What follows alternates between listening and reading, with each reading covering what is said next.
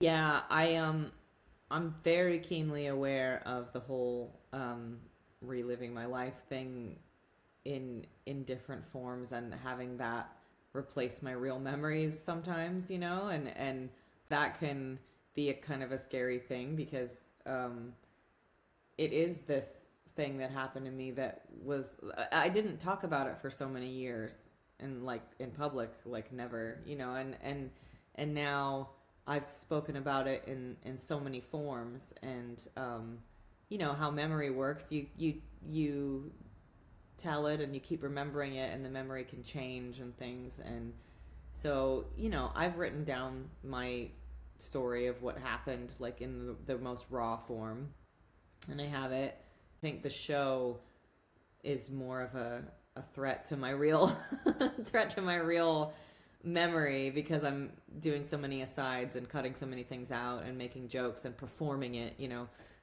But I think there were only a couple times in the month of August 2023 that I really allowed myself to feel what I was saying fully, because I would just be like crying through the show, and that wouldn't be funny or entertaining, I don't think. And I saw like this woman in the audience like just close her eyes and like tears rolled down her face, and then that made me go, "Oh, that is really sad, actually." It's really sad.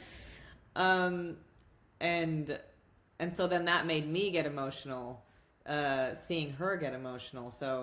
But that was one thing, and the other thing that would happen in the show was that loads of people, and this has happened. I've heard this from many people, is that people would come up to me afterwards and tell me their tragedy in their life. It's like and it's like really overwhelming, and sometimes I had to go and have a walk afterwards, after every show, kind of to just kind of clear my head a little bit over everything that had just been dumped upon me.